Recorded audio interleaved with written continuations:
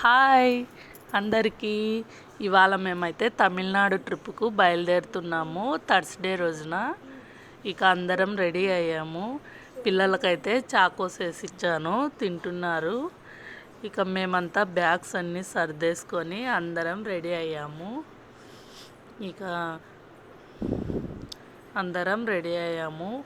ఇక మాకైతే వెహికల్ వచ్చేసింది. మేమైతే బయలుదేరి వెళ్ళిపోయాము తమిళనాడుకు. ఫస్ట్గా మేము కాణిపాకం వరసిద్ధి వినాయకుని టెంపుల్కు వెళ్ళేప్పుడు చాలా ఎండగా ఉండింది. తర్వాత కాణిపాకం వచ్చేసరికి వర్షం వచ్చేసింది.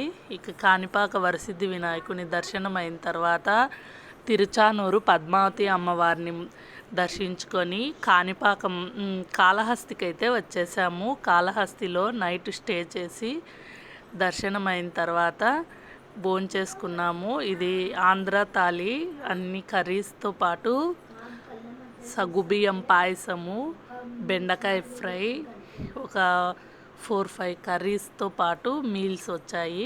చాలా బాగుంది భోజనం అయితే. ఇక భోంచేసుకొని మేము మళ్ళీ ఈ కాళహస్తికి 50 కిలోమీటర్స్ దూరంలో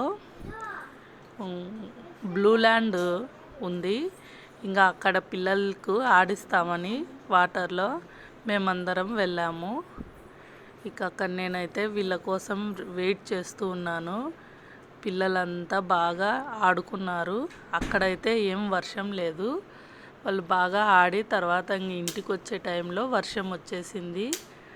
ఇక మేమైతే తర్వాత అరుణాచలం అయితే బయలుదేరుతున్నాము.